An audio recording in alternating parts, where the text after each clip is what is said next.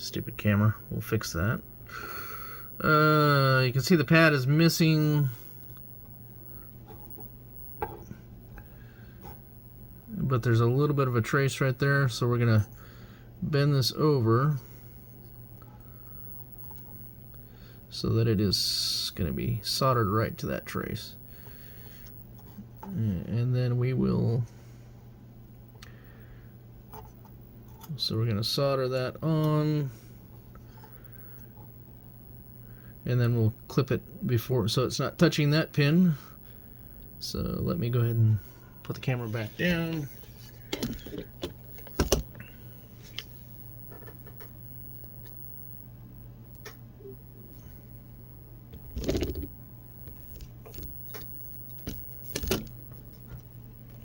Did I zoom back out? No, I did not. That's why. Alright. So now we're going to be doing that one right there. Okay. Take the flat-bladed screwdriver.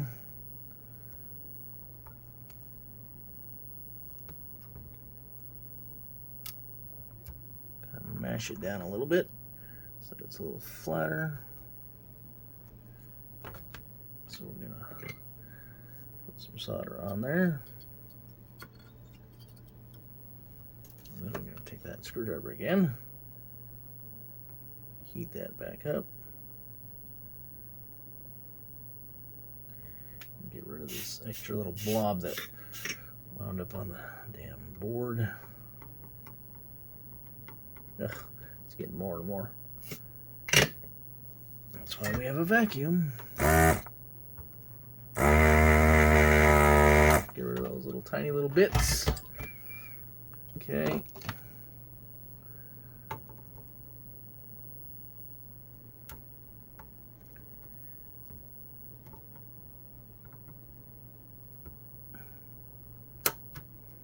Okay. Now we'll put ourselves in continuity. Make sure we're not touching that. We're not. And we are touching that. Alright. Okay, dokie. So now, alright, we need to look at the schematics and find out what C49 is supposed to be. Okay, C49. Looking on the schematics here, I'm going to guess that it's on the front page. 47 through 56 are 0.1 UF.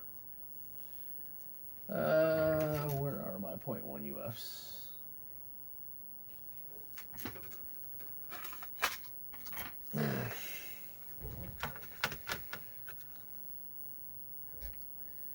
And my bendy thingy.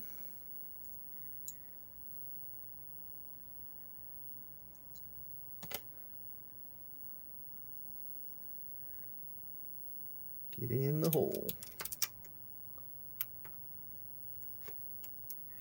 Now these are glass. I don't know why they used glass ones. Maybe they were cheap at the time. Who knows? But that's the equivalent of that. But these break pretty easy if you're not careful. But then I think we've determined that pretty much everything on this board is fragile.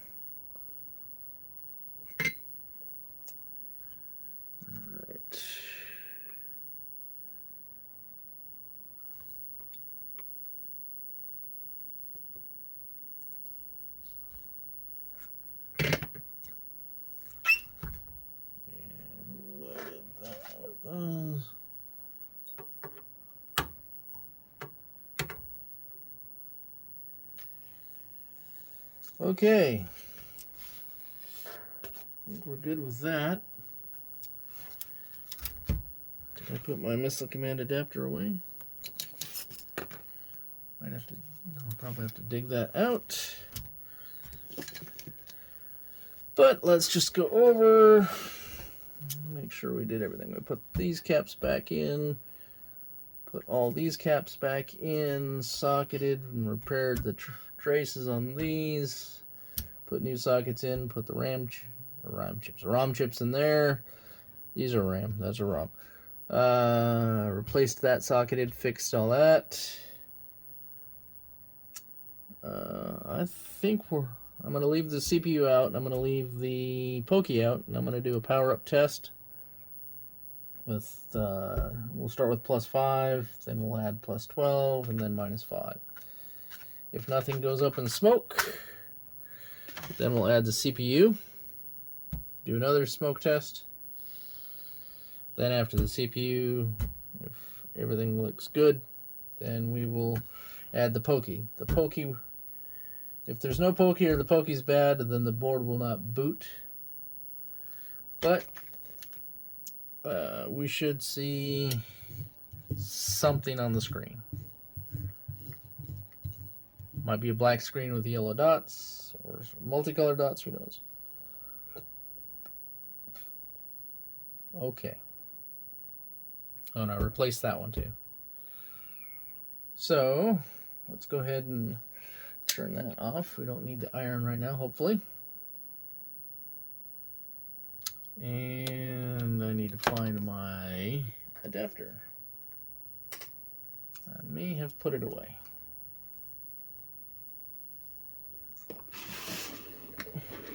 My bucket of adapters.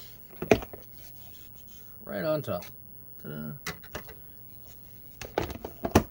Now this adapter does not have everything on it. It doesn't have, well, it does have audio on it, but the audio is not what I need to fix it because it's kind of funky.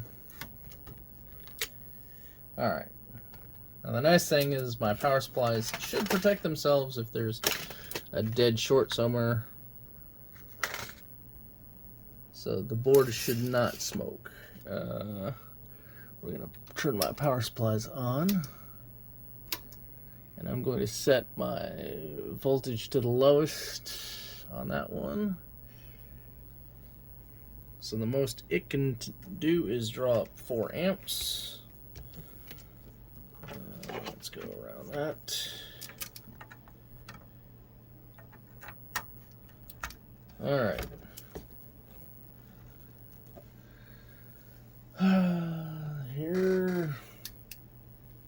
Here goes nothing. Fire in the hole. We definitely have a problem because we're only pulling one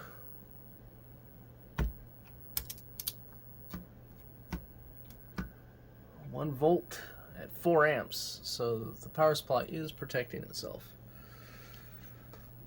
But so question now is if it has a short, where is it? So what I'm gonna do here,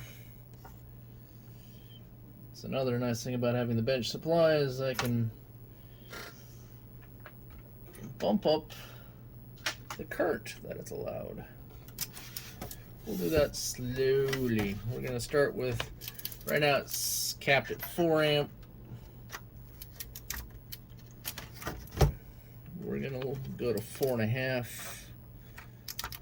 See if we get anything different. So we're gonna power up. Well, okay, that's different.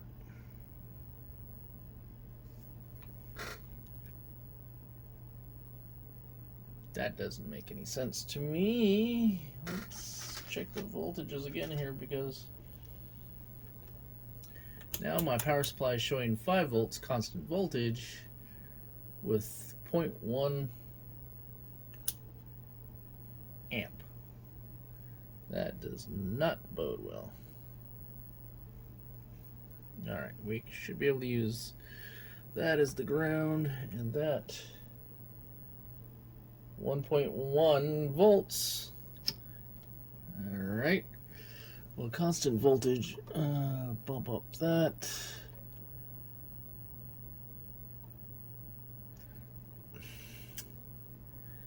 if it's a problem with my edge connector. Oop. There yeah, I think we have a problem with the edge connector. Because if I flex the edge connector like this,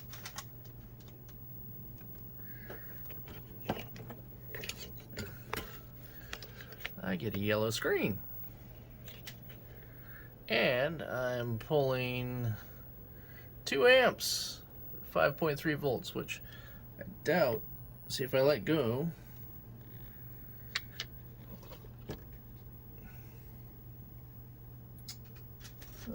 What is my meter gonna say?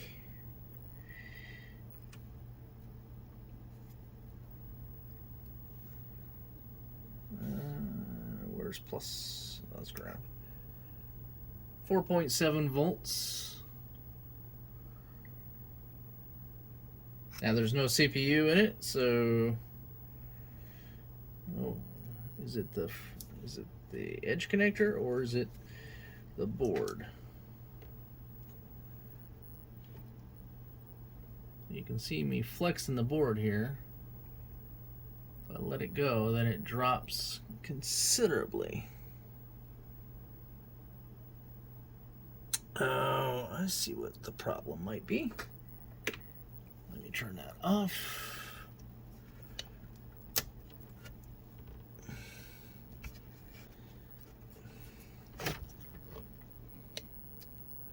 These need to get lined up.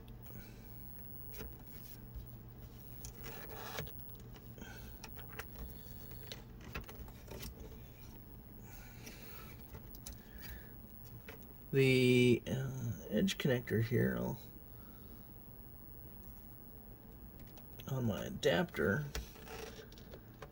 is different than the one that Atari uses. See if we can get an image of this.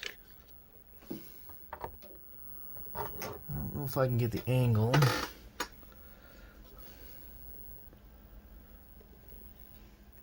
But the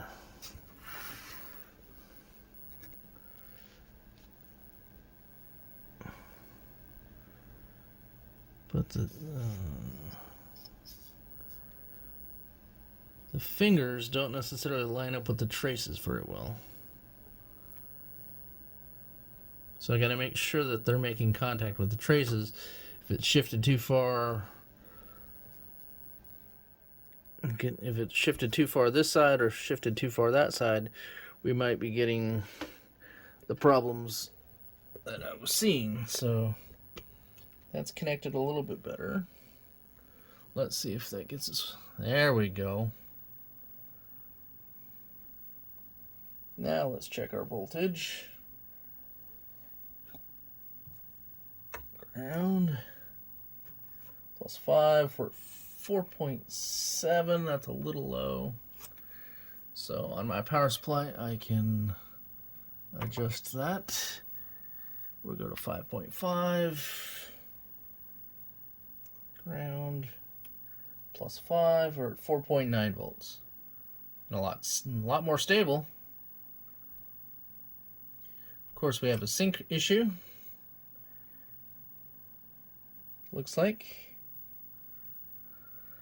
But maybe it's time to try the CPU. So let me grab the ZIF socket, put it in, and then we'll put a CPU in. Okay, ZIF socket's in, CPU's in. Fire in the hole. Let's change this so you can see that. We don't need that anymore. Get that out of the way.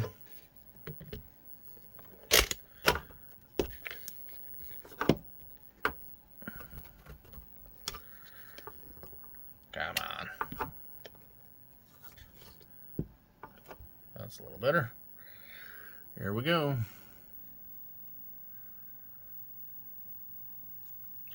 Turn my scope on.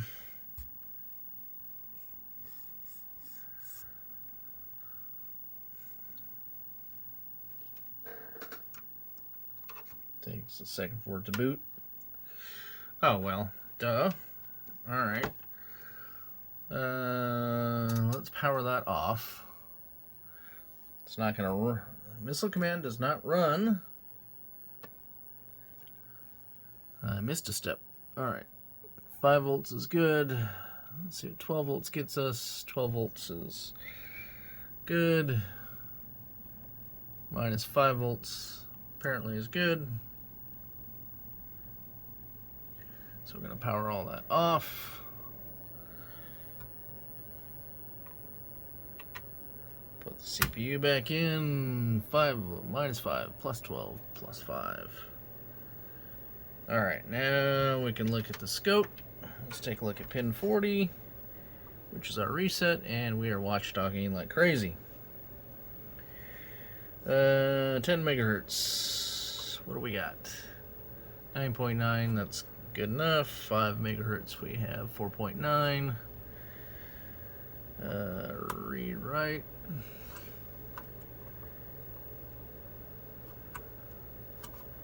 Come on. Trying to read the, there we go. 1.17 minus 5 is minus 5, plus 12 is plus 12. Okay, so I guess we can throw the pokey in there now and see if that does anything too. Let's power everything off. I seriously doubt we're going to get anything, but where is my pokies? Where's my pokies at? There they are.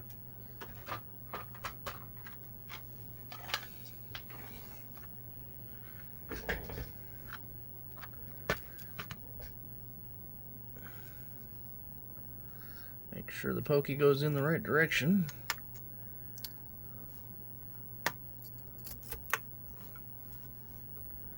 All the legs are in. Alright, let's... Okay, we should be running. Where's my jumper? Ground.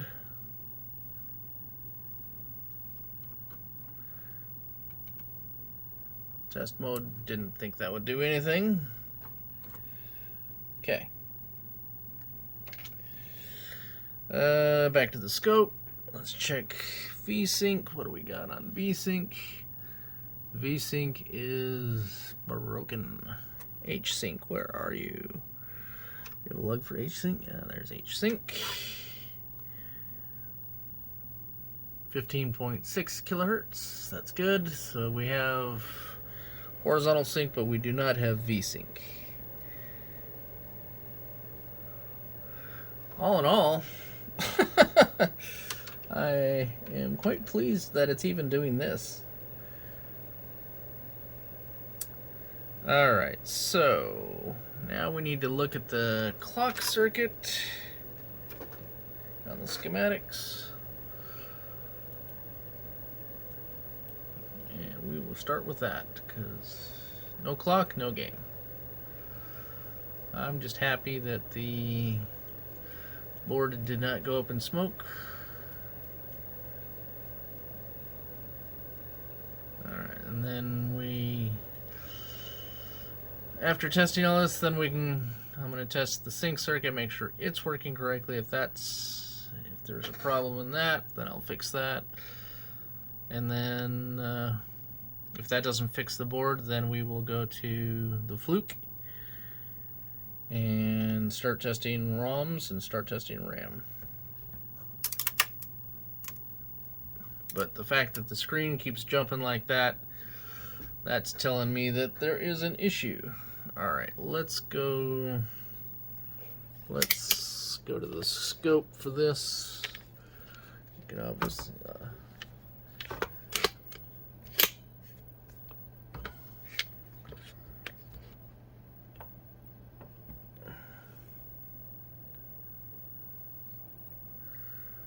okay, let's zoom in a little bit here.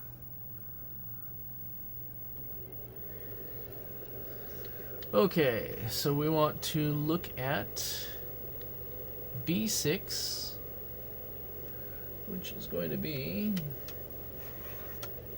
here and here. B6. So we know the lug is good at 10 megahertz. We know the lug is good at 5. So more than likely pin 8, which is 1, 2, 3, 4, 5, 6, 7, 8. That's 10 megahertz essentially, 9.99. That's close enough to 10. Okay, so well, that's 9.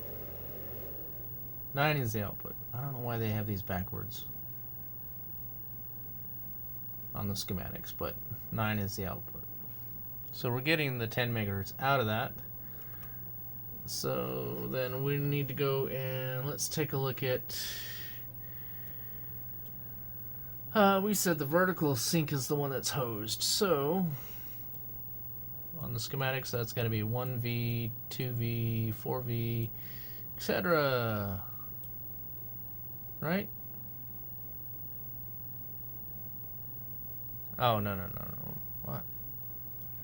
So am I thinking backwards here? Vertical blank. Yeah, it should be 1V, 2V, etc. Alright, so B7. Okay, so what is B? B7 is. Where does 1V and. Okay, that comes out of the counter at actually A4. So A4 here. What do we get on that?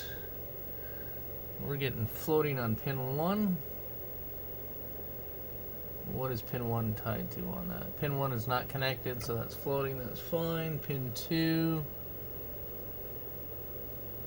Pin 2 is an output. So pin 3 should be our 1V, but what is our input? Input is on pin 14. So 1, 2, 3, 4, 5, 6, 7, 8. So that's 16, 15, 14. We're at 15K here. So that's the input to this counter. Now the output of the counter, pin 3,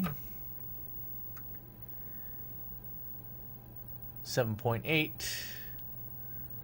which is approximately half.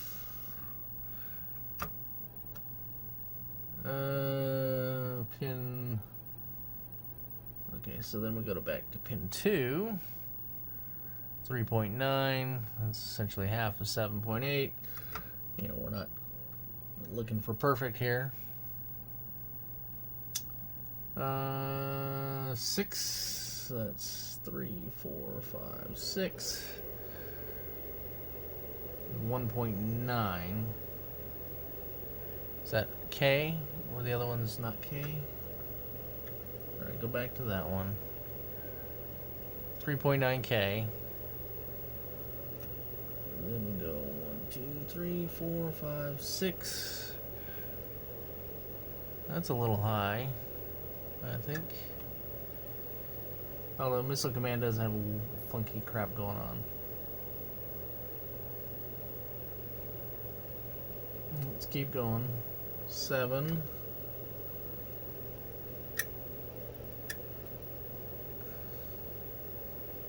976 versus 1.9. What is that? That's a 191.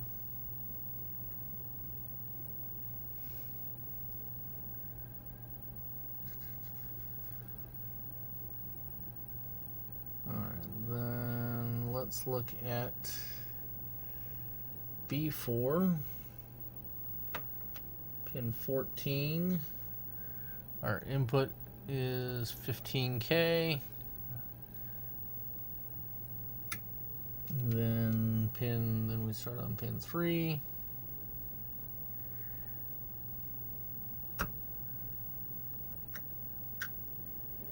Trying to scratch the crap off the legs so I get a better contact. 488.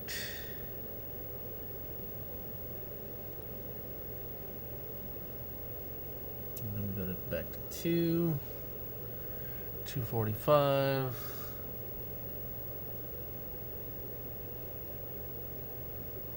Go to 6. 3, 4, 5, 6. Oh, come on. Get off the grime. Is that 6? Yeah, that makes 7.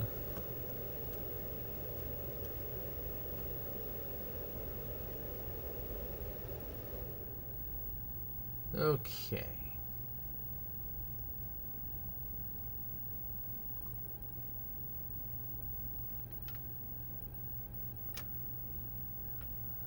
Alright, so that goes into B7.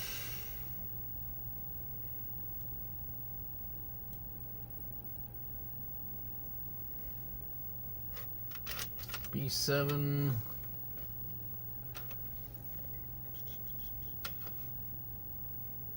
is right here, but we said H sync was good, right?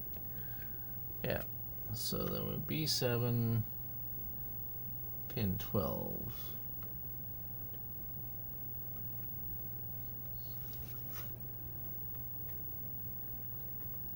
12.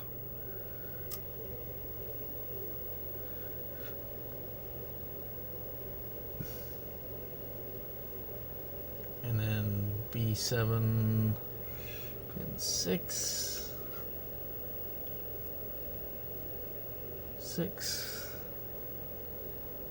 Well, that's interesting. That is 6, right? Not an 8. Maybe I do need 8. Let me zoom in here and...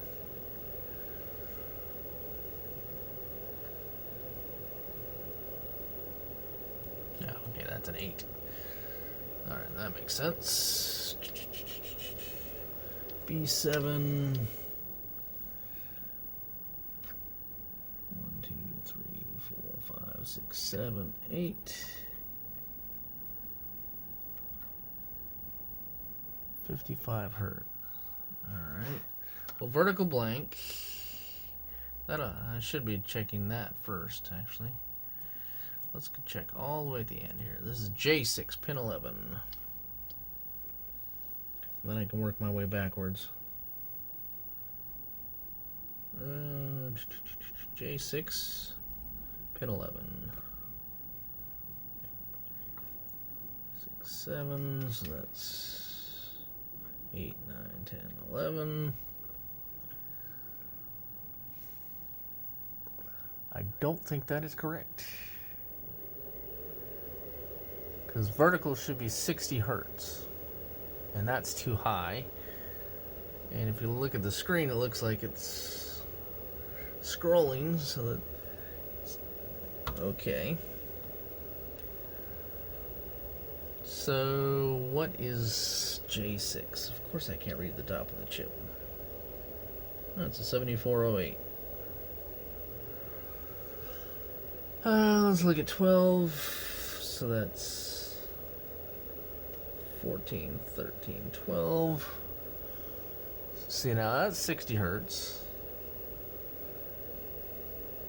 13. It's 55. That's a little low.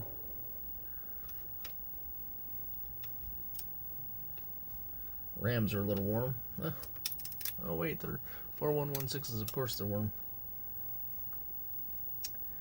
Alright, time to take a break here. Okay, we're gonna go through the video sync. Over here on the right side, I've pre-done the math and actually checked everything. So basically the input is going to be H-sync, and that's 15.6 whatever kilohertz. So then each one, 1V, 2V, 4V. So 1V is half of that. 2V is half of 1V. 4V is half of 2V. etc., all the way down to 128V. And this is true for most games, I would suspect, but it could vary depending on the schematics. So always consult the schematics. So these are what I actually measured. So as you can see, they're pretty spot on up until the point that they get to 32V. Then it's just a little bit higher. And then, you know, these are probably higher because this one's higher. But it could be completely independent. I don't necessarily think that that particular chip at B4 is bad. So what we're going to do is, because that one is off, that's the one we're going to start to follow. Okay, so basically we are looking for 32V, right? And where does 32V go into? 32V goes into B7. So B7, it looks like it is a 74 LS27 or 7427. So we need to know what a 7427 is and does. So let's take a look at our data sheets. And apparently I do not have the data sheet for that. So let me go ahead and download that and then we'll start again here. I got to figure out why my camera keeps focusing in and out like this. It's driving me crazy. There should be an option to stop autofocusing. We'll see if we can figure it out. Okay, so what we're going to do is we're going to look at B7 pin 8. And what we're looking for is approximately 60 hertz, which is the frequency at which VSync should be. And if we look at pin 8 on the scope, we're pretty close to 60 hertz. A little bit off, but pretty close. Probably close enough that it won't care. So that tells me that that chip is probably good. So the next one we go into is a B5, which is going to be here. And we want to look at pin 8 on it. And that is not 60 hertz. That's 55.5. So basically 5 hertz off. All right, so that is suspect. Then that goes into J6, which is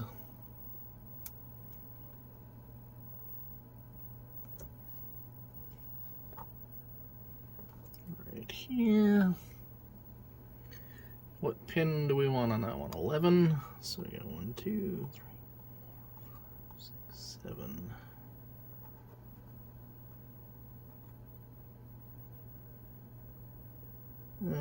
Let's do that again. 1, 2, 3, 4, 5, 6, 7, 8, 9, 10, and 11. And 11 is 88 hertz. Not good. That's way too much. And it's probably why we're getting what we're getting on the screen. Okay. Actually, we're starting to get some weird stuff on the screen now. Yeah, but let's fix this issue first. So 13 on that chip, that was J6.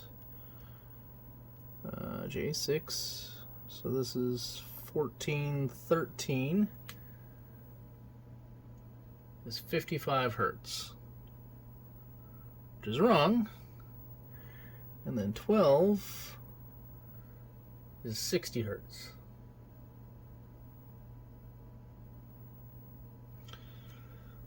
So what is J6? J6, don't know why they call it. Why is it labeled as C8?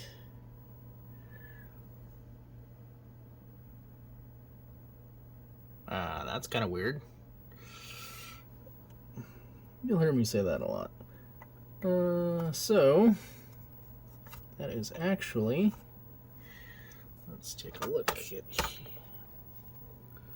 J6. Let's get rid of that.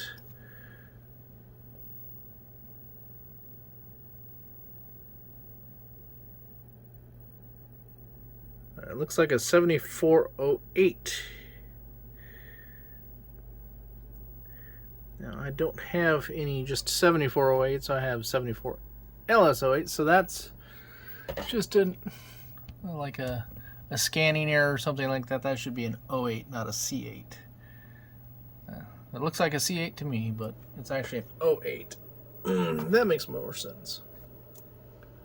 Alright, so the first one we suspected was B5, I believe. B5 pin 8. Well, yeah, let's look at B5 again.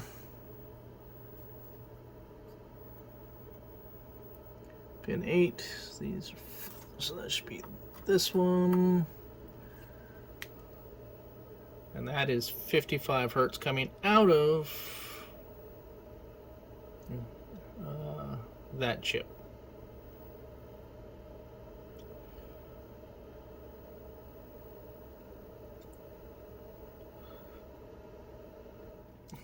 And then so B pin 10. Well, let's look at 9.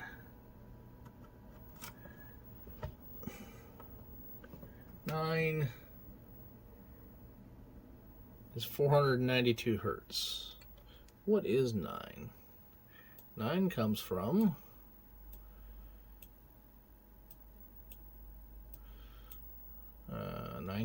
J6 pin 8, which is 16V. Okay, so 8 and 16, 976 plus 488. Well, it's not a plus. What is an 08? I think 08.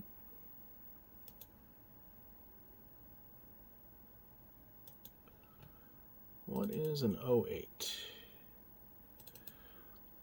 Don't know why I can't remember that. That's an AND.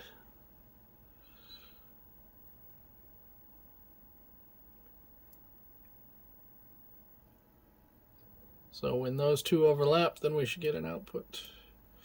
This is where I wish I had a working one in front of me, because then I could compare. Actually, I probably do have. Oh, no, I don't have that.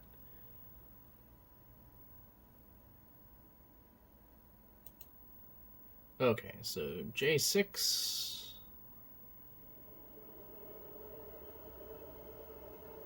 Well, let's take a look at. We got A5 V blank, and then it goes to invert that. The 04 is the invert, so it's the opposite of. And V blank feeds into that as well.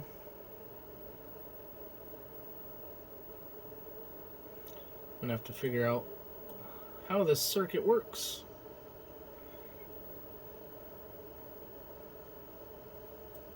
Alright, so let's take a look at. Well, All right, so E6 pin 4.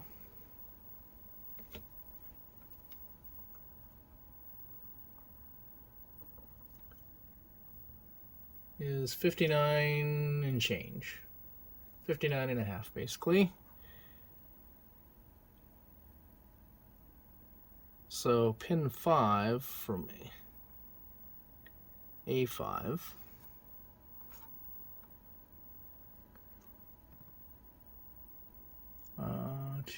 Well, actually, we could look at pin 3 on E6.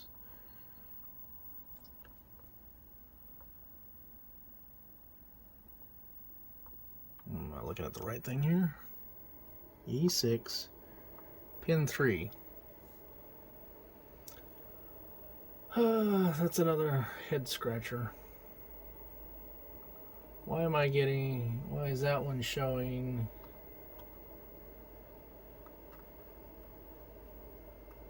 Oh, come on, pin 3.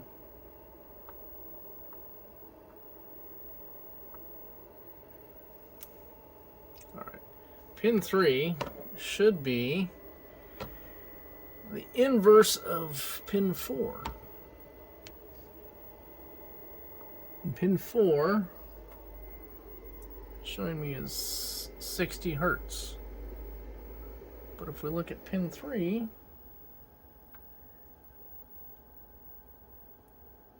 it's showing me is 128 hertz, 135, 130. It's all over the place. So that's another one of those weird things where I'm not sure how the output is higher than the input.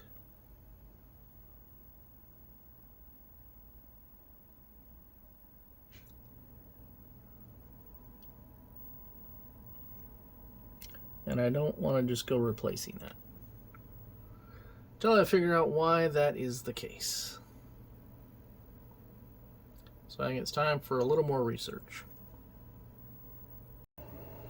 Okay, I think this is one of those cases where the auto measurement thing is biting me. Because this is, I did a single step on that. I hooked it up, pin 3 and 4 of that to the scope. And as you can see, one is the inverse of the other, whereas this one goes up, this one comes down. So channel 3, so the yellow one is the output, blue is the input. So we are getting, so that one appears to be functioning as it should. So we're going to go to the next thing and take a look at that. The auto thing may be screwing me up. I guess we'll find out here in a minute. Alright, so what I'm going to do is I'm going to set the scope up on, what should I set it up on? Well, we really want to know what pin 11 of J6 is.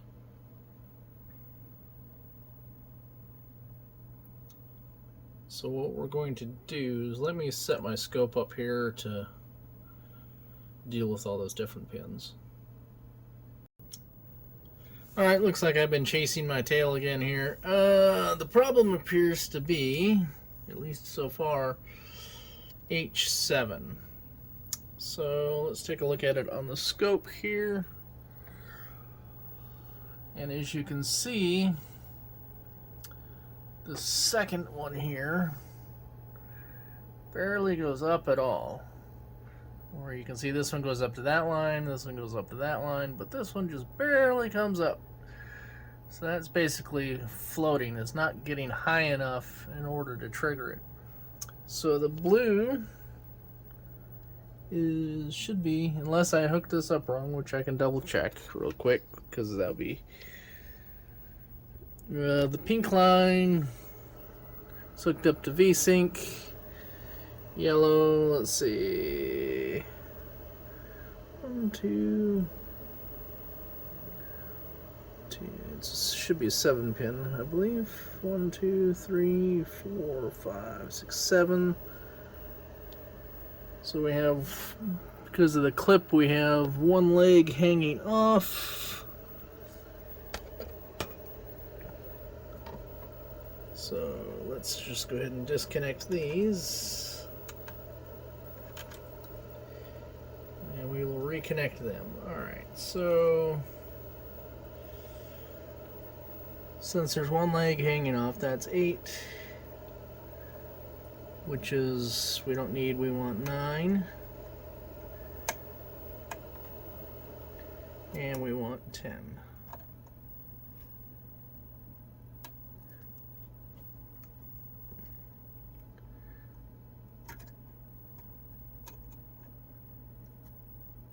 Okay, so take a look at that again there.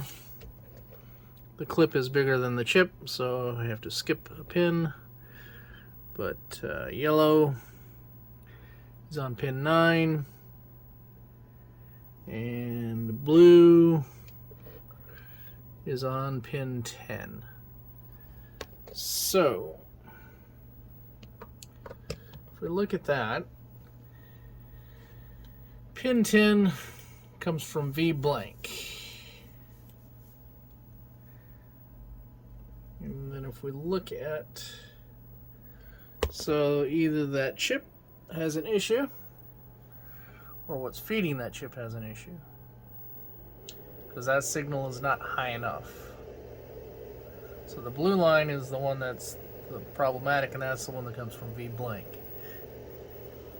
Alright, so V blank was what we were looking at earlier.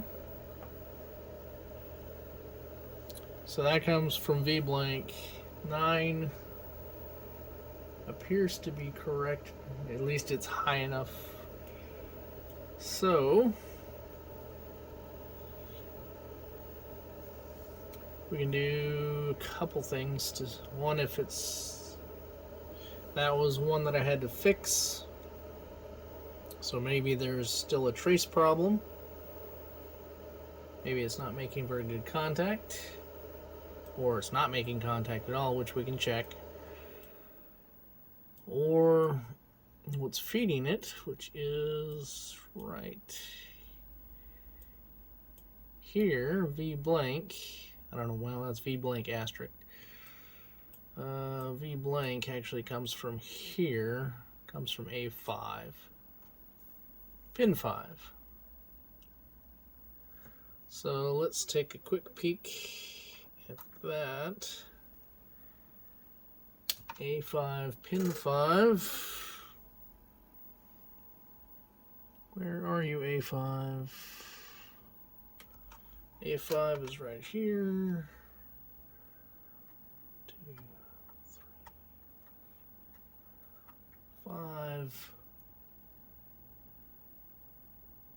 And that is putting out a signal that is fairly high. We'll look at it on the pink/purple line over here. You can see that it's putting out pretty much 5 volts. But the blue line is still not. So that kind of tells me that there is a connectivity issue between that chip and that chip. So our next step is going to be to break out the multimeter. Is it? Let's do this. I'm going to power down.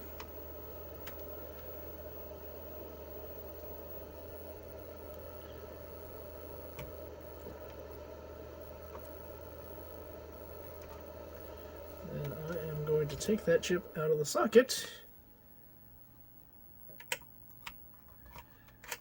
And we're going to test that pin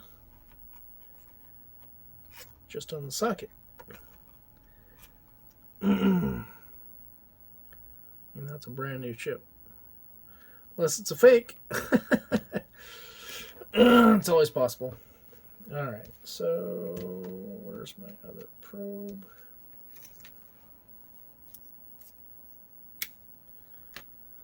Turn power back on.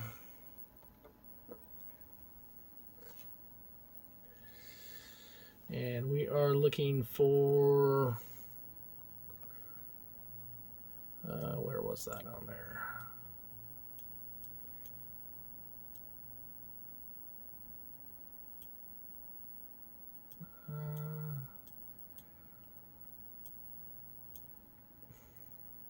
I think it was back up here. That's right. VSync. We want pin 10. So that's going to be 8. So 9.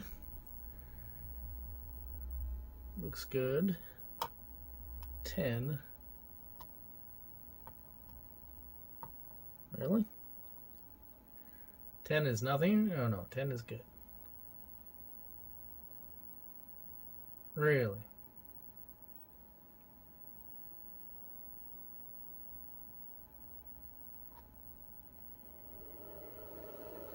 Let's make sure we're not off a pin here. We want auto.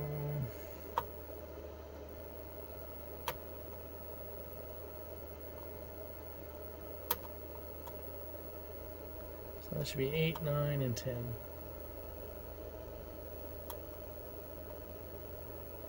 Aha. Right. Let me point the camera here. I'm looking at pin 10 here, because that should be 8, 9, 10. And 10 is essentially, well, it's not floating because we're at 5 volts per division, but it is midpoint, so it's like it's not getting enough. Not enough oomph. That's like midway. So, could be a connectivity issue between this socket. Could be a connectivity issue between this socket and, I believe it was H7. No, that is H7. It goes to V blank, which was, I believe, A6 over here. Pin 5. 1, 2, 3, 4, 5. Is that right?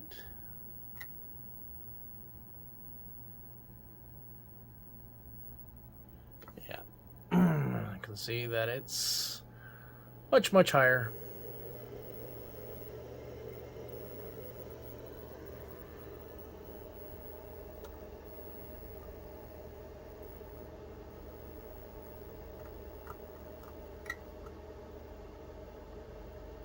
Get all the crap off the off the leg. So we need to check continuity again between that and that. Alright, let me stop and do that real quick. Alright, I have discovered the issue. Oop. It is, where is my probe here? So this is 8, 9, and 10. You can see 10 is not really making contact here. So I need to, what I'll probably do is bend that pin over to that trace and then solder it. So let's do that. We're going to go ahead and put that this way.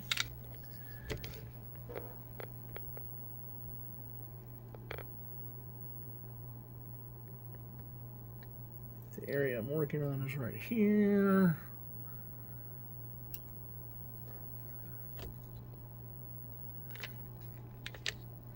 Okay, so I'm gonna get a flat bladed screwdriver out. So this is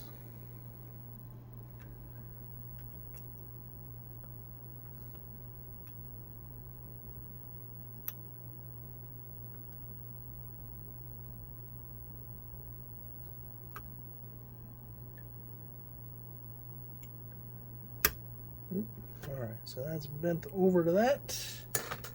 Turn my iron on here.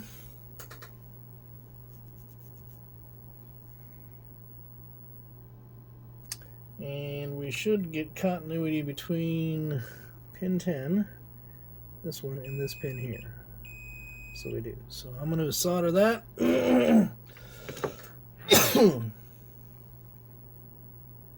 Coughing up some fun phlegm. Gonna solder that over so that it is a permanent connection. And then we will try it again.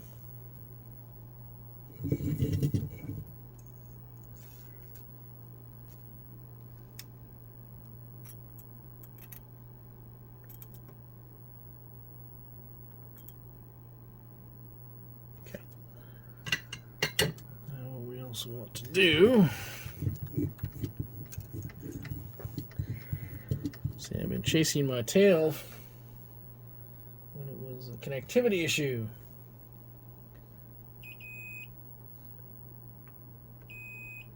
Okay, and we should have pin 10 here. Where does it go?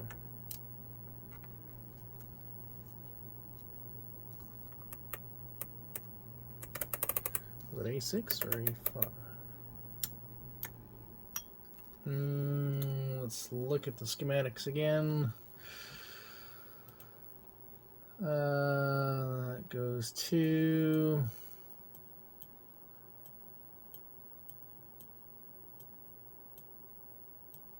V blank here. A5 pin 5. So A5 pin 5. 1, 2, 3, 4, 5. No connectivity, huh? All right.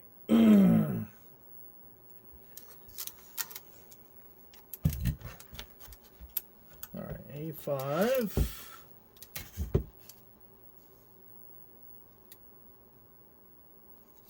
So pin 5. So this will be pin 1. 1, 2, 3, 4, 5. And that. No connectivity to there. Or there. Interesting. Why don't we have connectivity? So it goes from here to here. But it doesn't go to here at all. Unless I'm reading the schematics wrong.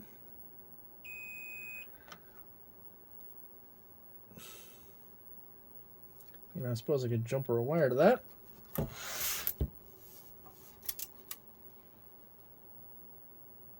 Okay, so let's do it this way then. Goes to one of these two, looks like right here.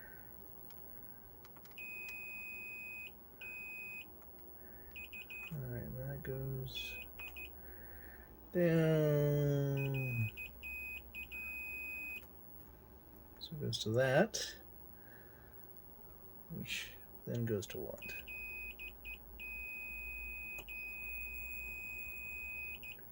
Nah, pin 1 of that. Let's see. Yeah, M7 pin 1.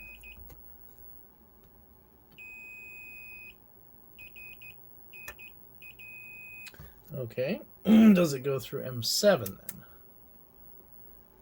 What is it? M7 on the schematics? Let's see. B7, J6.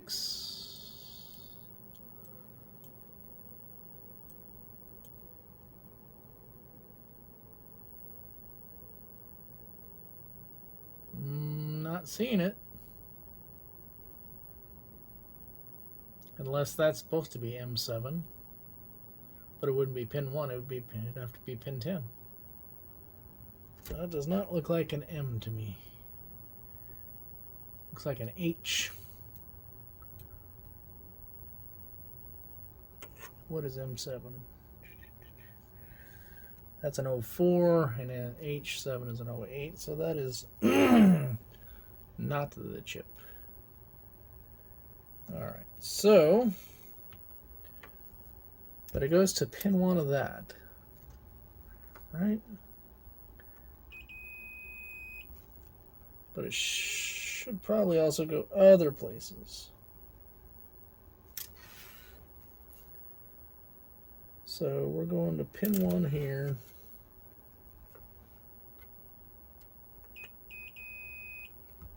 So it goes to that via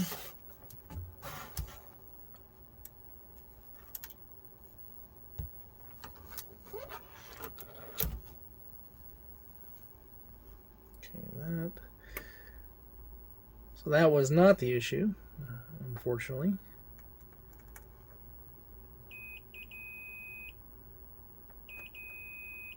Alright, so it goes to that one, right? Or is it that one?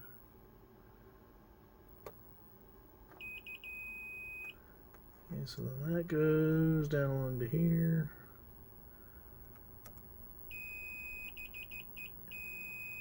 Okay. That pin is what chip? That is M9.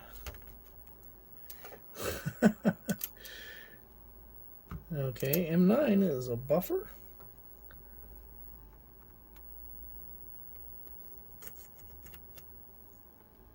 Oh, that's, sorry.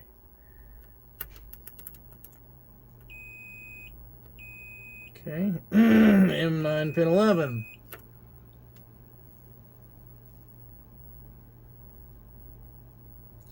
This is interesting.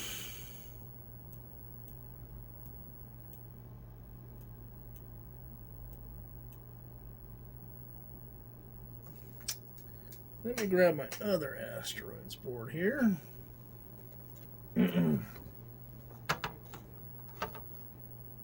Okay, so we are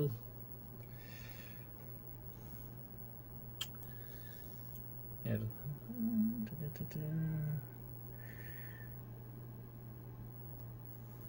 H7. Yes, pin 10. That's 8, 9, 10.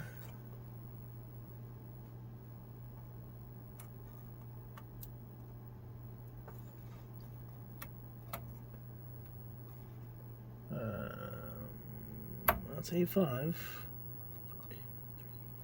5 is not connected on this board either. So are the schematics wrong, or am I looking at the wrong revision? That is an 04. This is an 04 as well.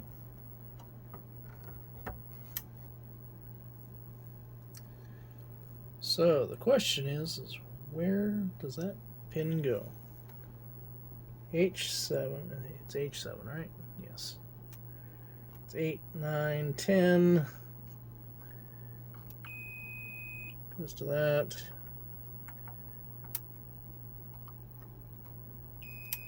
That goes to that.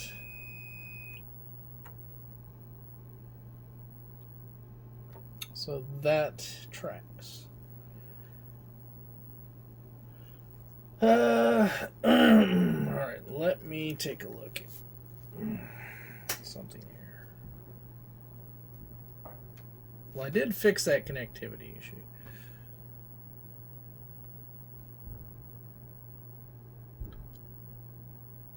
So I'm going to put this back in just for the heck of it. And let's see what we get with that.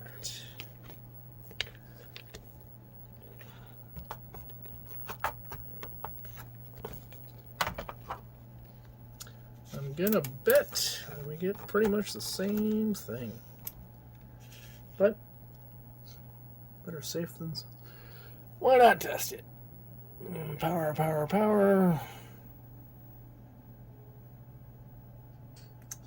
And what are we getting for VSync?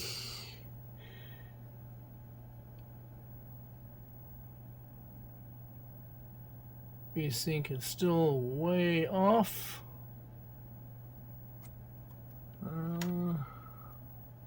But pin 10.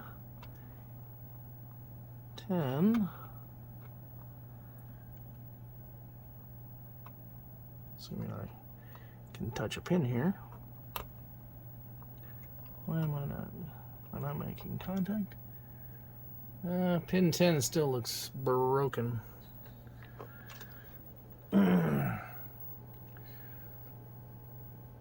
See, that's not what it should look like.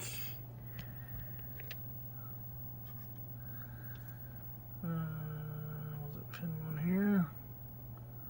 It's low there.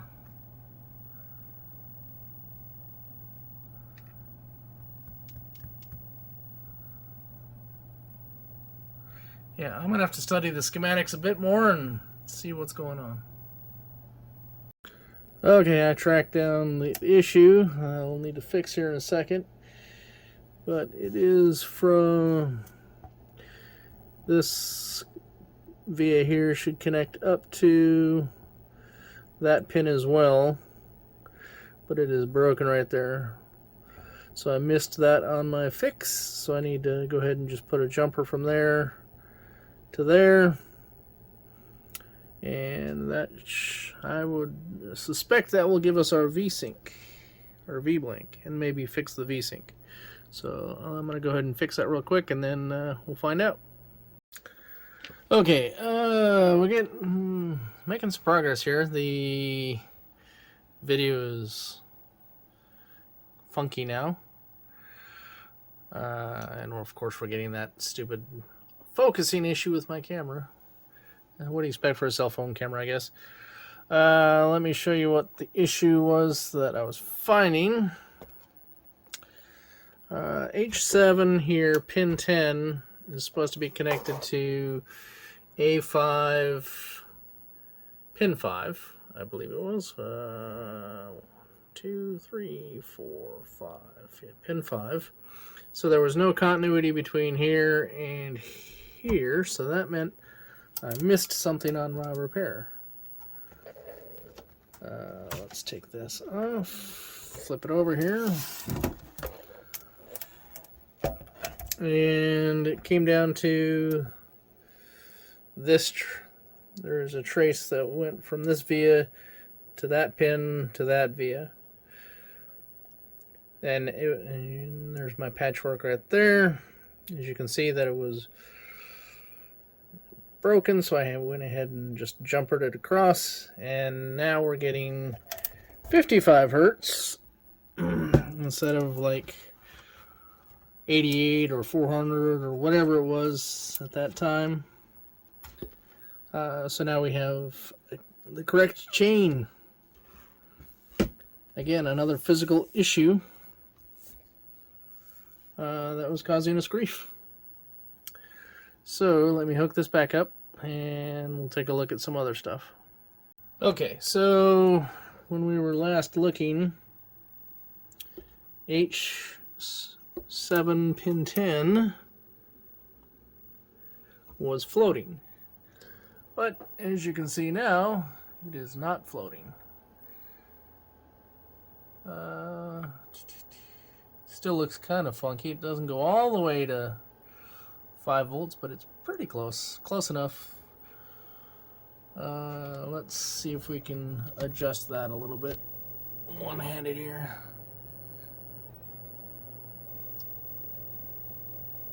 So that it looks better. That looks a little better now, doesn't it? Except it's still not right. Frequency 60, you see the frequency down at the bottom. Of course, that's an auto calculation, but it's fluctuating. If we look at the vsync log here, we are not, come on, hold on to it. We're at like 55, 56, and that should be 60. So all we need to do is find 5 more hertz, and then we can go from there. So now the $1 million question is why is it off by 5? Okay, we're back. We're doing the self-test, as you can hear. It's going to be one long, one low, long low, and short. That little crackling, I think, is just my adapter here. So I wouldn't worry too much about that. So one long, low, and then a high. So let me open the manual and we'll figure out what that is.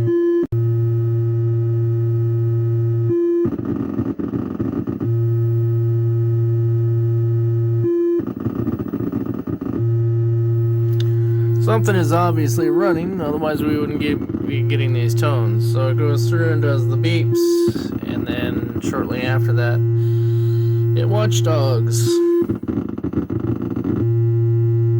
So there's obviously some code being run. Let's make sure I didn't do something stupid like put the ROMs in the wrong place or something like that. But yeah, that wouldn't be possible because it passes the ROM test. Then if we look at this, says in test number 1, a low beep means a good chip, a high beep is a bad RAM, and we can. I've already pulled one RAM out, and so it's a long low here, and then a high beep.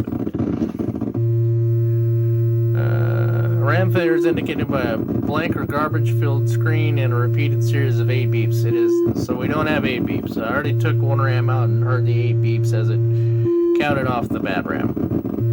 So that's not it. A ROM failure is indicated by a bad ROM. Of course, that would be shown on the screen, but our screen is all yellow, so it's not on there. Bad map. Of course, map would be shown on the screen as well. Bad chip means custom audio I/O chip located there, which is the Pokey, but we're getting audio, so we're gonna have to assume that the Pokey works. So time for some more research. Okay, looking at the source code to missile command, well, not the source code, but the decompilation somebody did of the missile command code. We have R45 and R81. Those go to our player 1 and player 2 LEDs. And part of the self-test turns those on and off. So by knowing which one gets turned off and on when, we can figure out approximately where in the self-test this thing goes haywire. So we're going to look at the scope here, and we have the blue one on R81, which is player 1, and then the purple is on R45, which is player 2 LED. So we're going to reset the board here. And you can see the purple goes high, and then the blue goes high. So we'll have to go back and take a look at the code and see what that actually means, but we can see that it progressed through the self-test to a certain point. So now I need to just go back in and look at the source code and see what that actually means.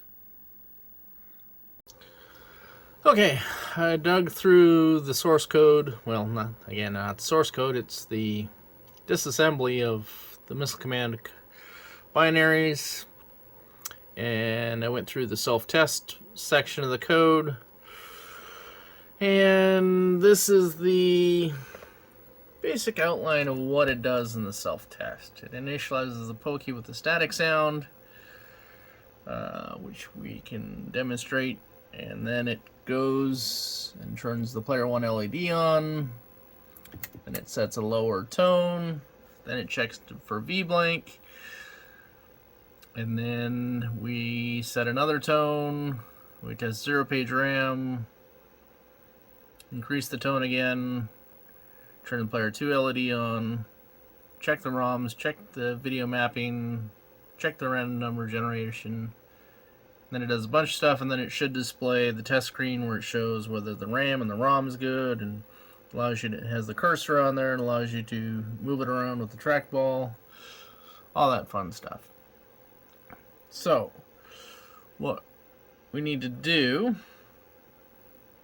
is we need to look at how far it gets in that test. Now, in the previous video, I showed the LEDs being turned on and off. So we know we get as far as this. The player 2 LED is on, and then it turns the player 1 LED off. So at some point it's dying from the ROM down. Okay. So what we want to do, and during the self-test it turns off the IRQ to the CPU. So on pin 4 you should see no activity. Okay, and I have verified this, but I'll show it again just so you can see, and I'll show you the other nice little thing about having a scope as opposed to a logic probe. So, yep. All right. Let's go look at the scope here for a second. What I'm going to do right now, in order to get into this menu, it's going to be on the scale menu. So you go to scale, and then up here right now it's time based, which is YT. That's Y over time. So this Y is this direction, time is this direction.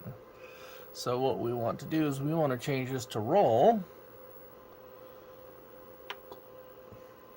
And now this is going to just, as something happens, you'll see it spike up there, or stay even, whatever. So what I'm going to do here, let's set this up so I can get a good video of that. Yeah, it's kind of tilted. Let's untilt it.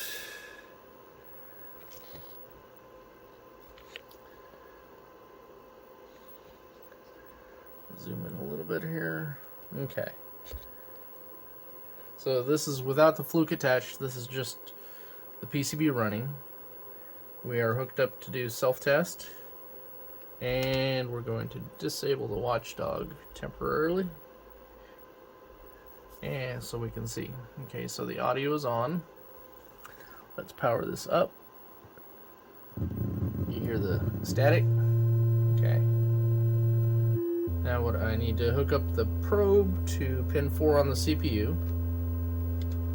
So right now it's hung because I had the watchdog disabled. Normally it'd be resetting over and over, so let's go ahead and disable the watchdog. Okay, and then we go 1, 2, 3, 4. So pin 4 is the IRQ, and you can see this is the player. I've disconnected the other player LEDs, so you can see the LED turning on and off. Every time it resets, then it switches back. Okay.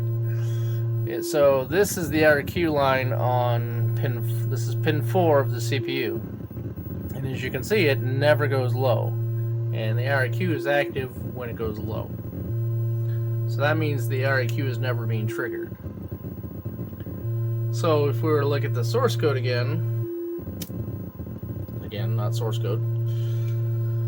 the disassembly, it would show, let me go ahead and turn that off so we don't have to listen to that constantly beeping. Let's go to here. It helps if you know 6502 assembly. Let's go to that. Alright, so then we're going to switch over to the disassembly. So at the start of the check, this is starting where it checks the ROM. And then down goes to the next page. And once it's done, then it drops to this line here.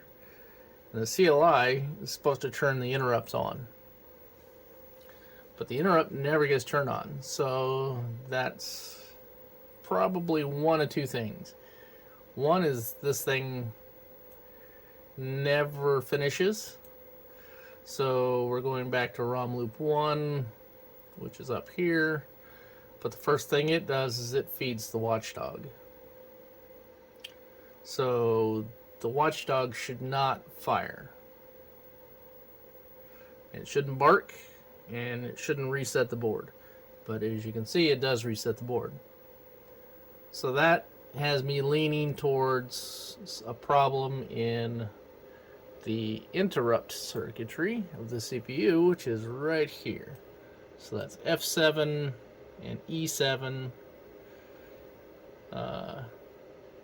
which are connected to the IRQ line of the CPU. See if you can see that a little bit better.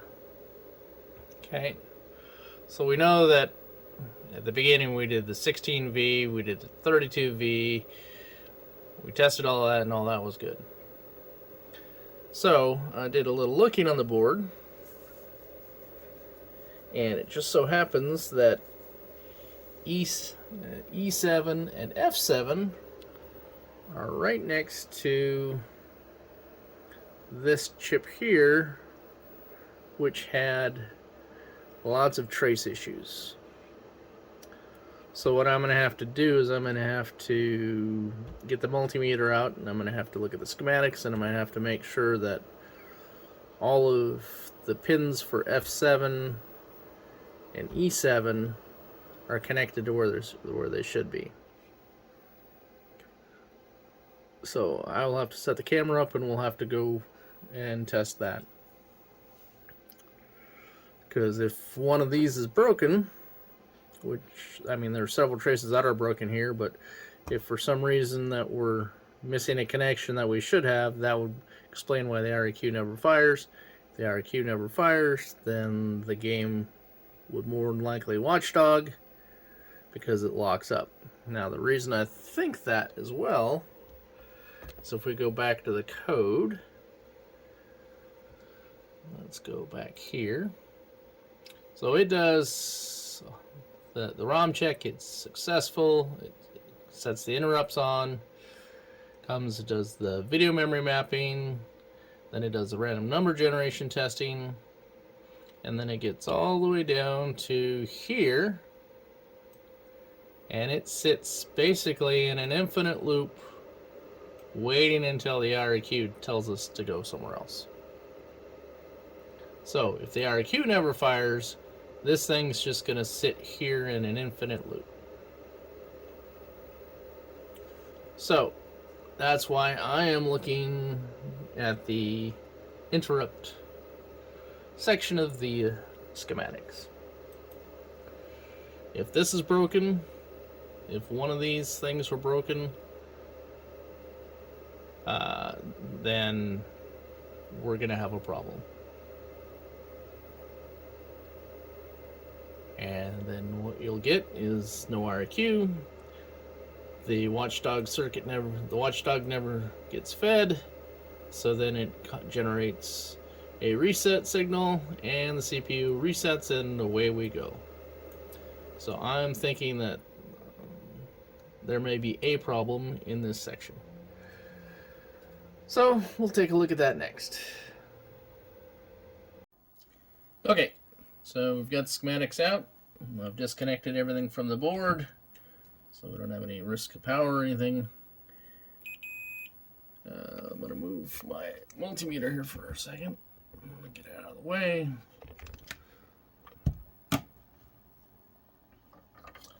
Okay. So now we want to start. Let's start with the easy thing. That's going to be the CPU, pin 4.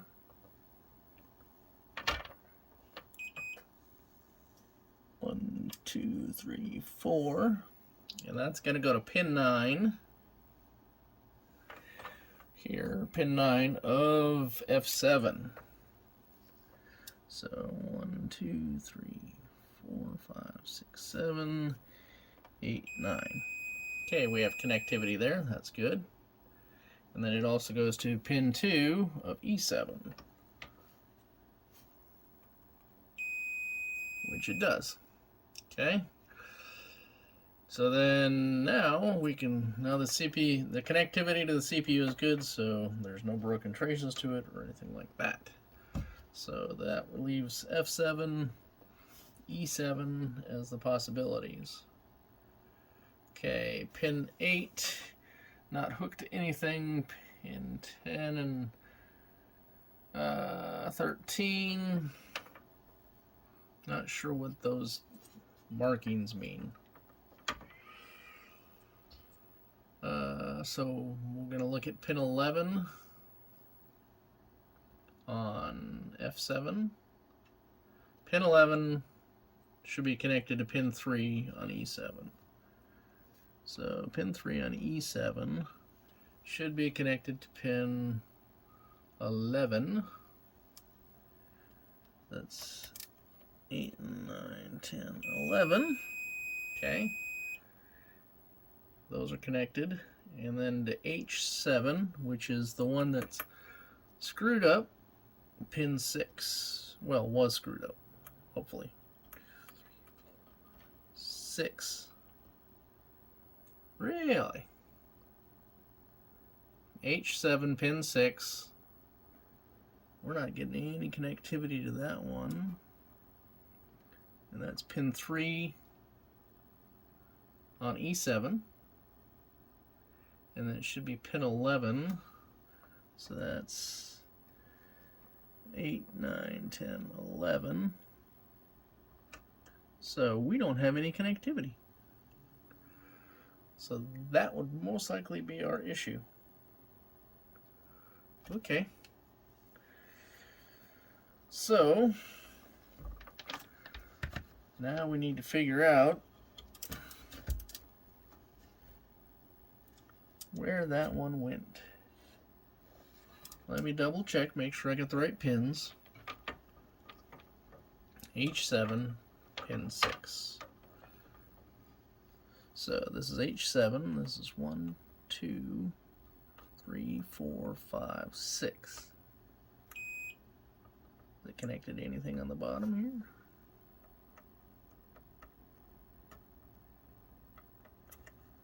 Okay, so if pin 6 is not connected to that, we're not going to get an RQ. Okay, so flip it over, and this is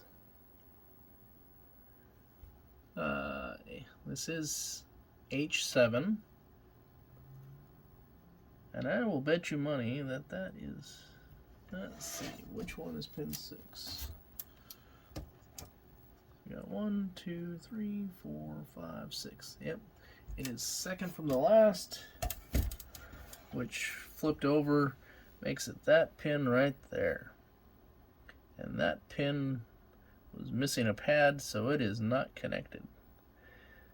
So where does that one? So we can jumper that.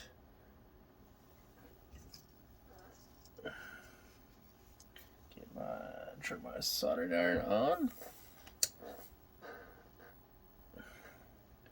Should need to get some water for my sponge, so I'll be right back.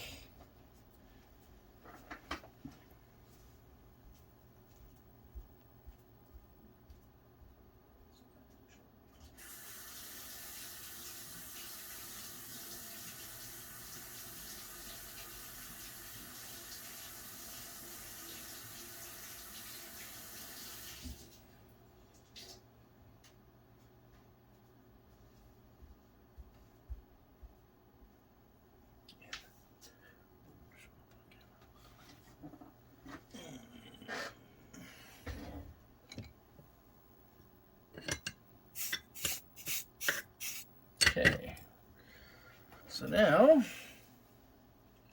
get my wire strippers out here.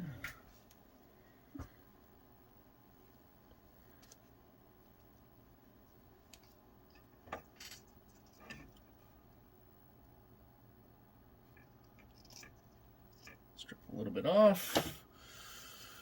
Get the solder out here.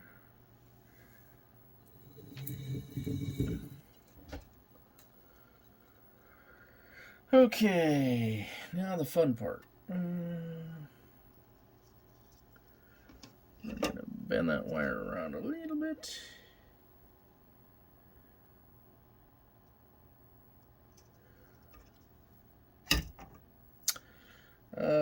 Which direction? We're going to want to go this direction, towards me. So I'm going to put that like that. I'm going to get some weight possibly.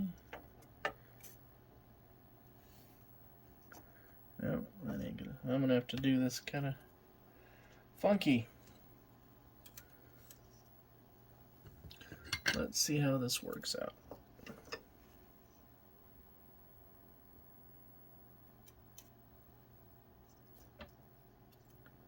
Probably gonna have to do this kind of awkwardly.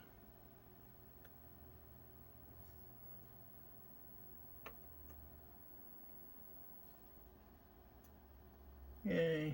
Alright. Where are my flush cutters here?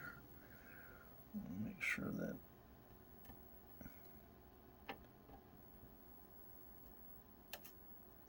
okay, we're just cutting off any excess so we don't accidentally short out next to the one next to it. Alright, so then that needs to go to either one of those pins, so we can go to F7, which is closer.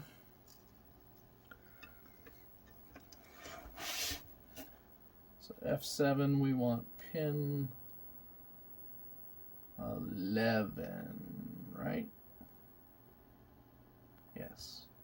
So we got 1, 2, 3, 4, 5, 6, 7, 8, 9, 10, 11.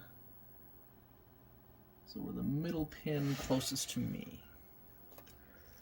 And that is going to be this chip right here. And that's going to go to the middle pin, which is that one right there. Okay, so clip. Set that aside. This is the hard part. There we go. Okay. Middle pin.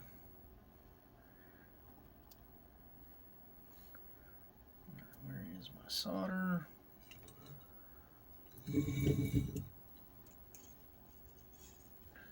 Put a little bit of extra solder on that pin.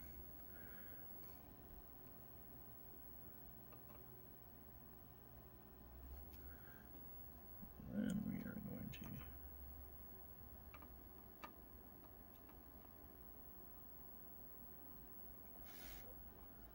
to... Okay. If it worked, I'll be happy. As long as I soldered it to the right pins. Now we're going to verify.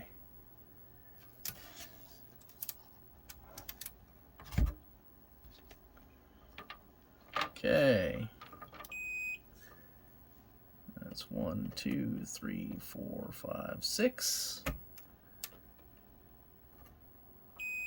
There we go. And 11. Look at that. Connectivity. All right. Now the moment of truth, right?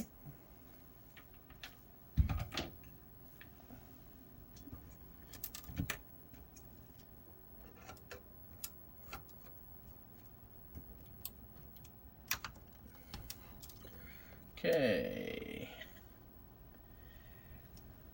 we're just gonna go for it. See what we get.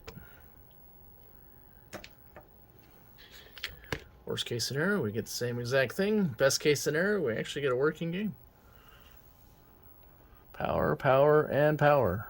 Ooh, look at that. We have a working missile command. Ta-da! Awesome. Tell you, this board was a mess. But I got it working. Woohoo! Alright, it's in French. That's just dip switches. I can deal with that later, I'm sure. I don't need to have a video on how to set dip switches. If I change the dip switches, well, what the heck. Let's go ahead and do that now. Let's see here. We can go to the manual. Since I have it close by. English. So we want switches at R10. So R10 is here. Let's see here. We want one on,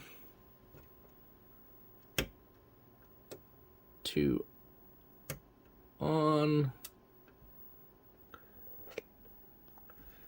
Let's back up a little bit here. Then we want, no, actually we want one off. I'm setting it all to defaults here. I probably should replace this dip switch, but for this board I'm not going to. Okay, so what did I say here? One is off. The default is one off, two on. So 2 is on. Then we got 3 and 4 on. Hopefully that switch is good enough. Then we have 5 is on.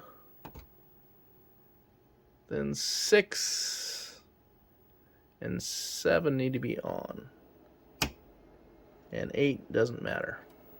So it's in French. Let's see if my dip switches work.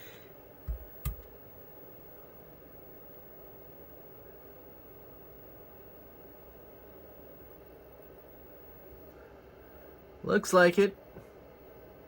Awesome. Okay. Well, I'm going to say that this repair is done. It's working. Yay. Now to create the super massively long video. I'll probably break it up into a couple parts. Alright, thanks for watching.